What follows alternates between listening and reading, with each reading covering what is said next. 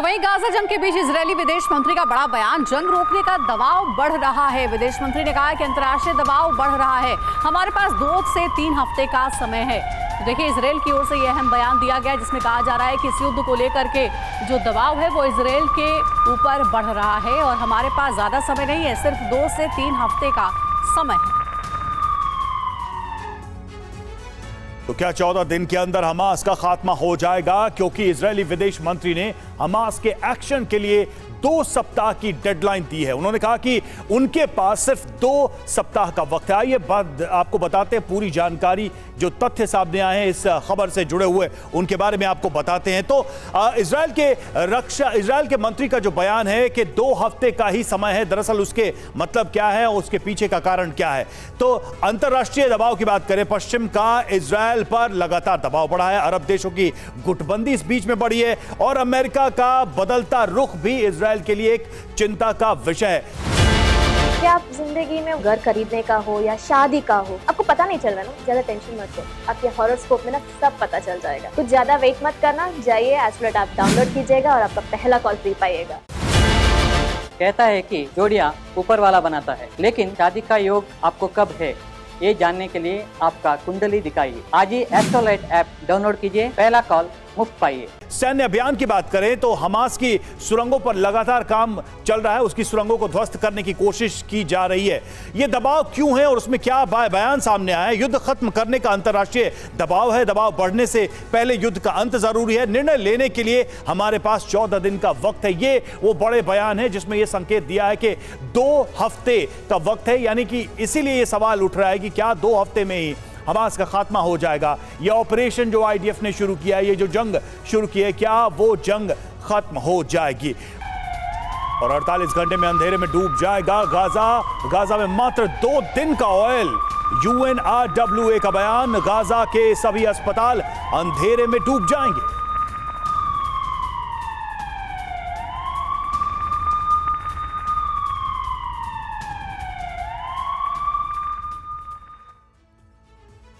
तो गाजा में तबाही के अगले 48 घंटे बेहद भारी पड़ने वाले। हम ऐसा क्यों कह रहे हैं, इसके बारे में जानकारी है। देखिए, 48 घंटे में अंधेरे में डूब जाएगा गाजा, ये बड़ी इंफॉर्मेशन मिल रही है क्योंकि गाजा में सिर्फ 2 दिन का ही ऑयल बचा है। UNRWA सोर्स के हवाले से ये खबर दे रहे हैं आपको। गाजा के सभी अस्पताल अंधेरे में डूब जाएंगे क्योंकि ईंधन की कमी हो जाएगी।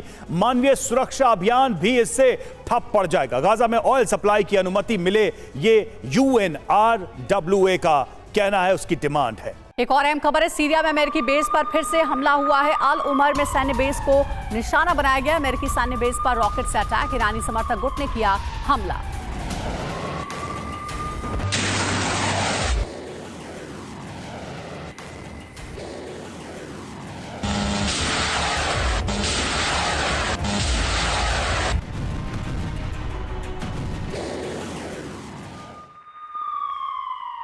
और अस्पतालों पर हमले को लेकर अमेरिकी राष्ट्रपति बाइडेन की चिंता, अस्पतालों की सुरक्षा होनी चाहिए, यह कहा है बाइडेन ने। बंधकों की रिहाई के लिए सीजफायर के भी प्रयास जारी हैं। बाइडेन का बयान, गाजा में चिकित्सा सुविधाओं पर इजरायल के फोकस के बीच बाइडेन ने कहा अस्पतालों को संरक्षित सुरक्षित किया जाना चाहिए। अमेरिकी राष्ट्रपति जो बाइडेन ने इजरायल के आरोपों के बीच गाजा में अस्पतालों के लिए चिंता जाहिर की है।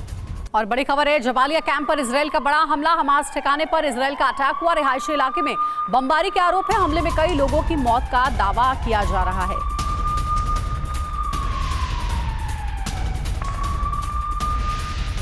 तो एक अहम खबर आपको दे रहे हैं, हमास ठिकाने पर इजरायल ने किया है हमला और इस हमले में भारी नुकसान भी हुआ है। रिहायशी इलाके में बमबारी के आरोप लग रहे हैं। और वही खान यूनिस में इजरायली सेना का ऑपरेशन जारी है। हमास के एंटी टैंक हेड याकूब आशौर को ढेर किया गया। हमास के 2 और लड़ाके मारे गए हैं। इजरायली सुरक्षा एजेंसी शिन बेट ने मार गिराया है और उसके बाद ये दावा किया गया है। ये देखिए, तस्वीर भी आपको दिखा रहे हैं। हमास के एंटी टैंक हेड याकूब को ढेर किया गया है। हमास के कुछ लड़ाकों को मार गिराया गया है और उसके बाद तस्वीर भी जारी की गई है और अपनी कामयाबी के बारे में बताया गया है। इजरायली सुरक्षा एजेंसी शिन बेट ने मार गिराया है।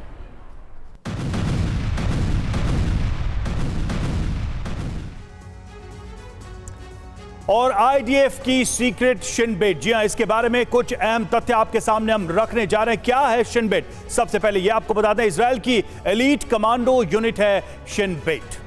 और साथ ही इसका काम क्या है ये जानिए। दुश्मन की टोह लेना, हमले के लिए ग्राउंड तैयार करना, दुश्मन पर अचूक वार करना और इजरायली सीमा के बाहर लक्ष्य निर्धारण में ये माहिर है। मौजूदा युद्ध में इसकी भूमिका की बात करें तो हमास के ठिकानों पर अटैक, कमांडो मिशन को अंजाम देना, हमास कमांडर्स को ढेर करना, बंधकों की सुरक्षा का जिम्मा, ये सारी जिम्मेदारी है इस यूनिट के कंधे पर और लगातार बड़ी भूमिका रही है आईडीएफ के इस ऑपरेशन। और इस बीच एक और बड़ी खबर, बेट हनन में आईडीएफ का बड़ा ऑपरेशन, सैनिकों पर हमला करने वाला ढेर किया गया। आईडीएफ की फायरिंग में हमास का लड़ाका मारा गया है। इजरायली सेना ने वीडियो जारी किया है।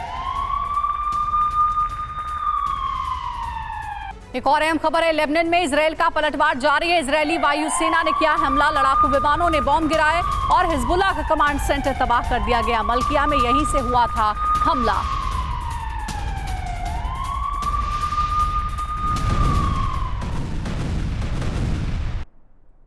और गाजा में अस्पताल का संकट खड़ा है तो उधर लेबनान के मोर्चे पर इजरायल को कड़ी चुनौती भी मिल रही है। हिजबुल्लाह के साथ चौतरफा युद्ध का खतरा बढ़ा हुआ है। ये एक बड़ी सच्चाई है, बड़ा तथ्य है। और देखिए, लेबनान सीमा पर हिजबुल्लाह आईडीएफ के बीच हमले भी लगातार तेज हुए हैं और इस वजह से जंग का तनाव भी बढ़ता जा रहा है अलग अलग फ्रंट पे।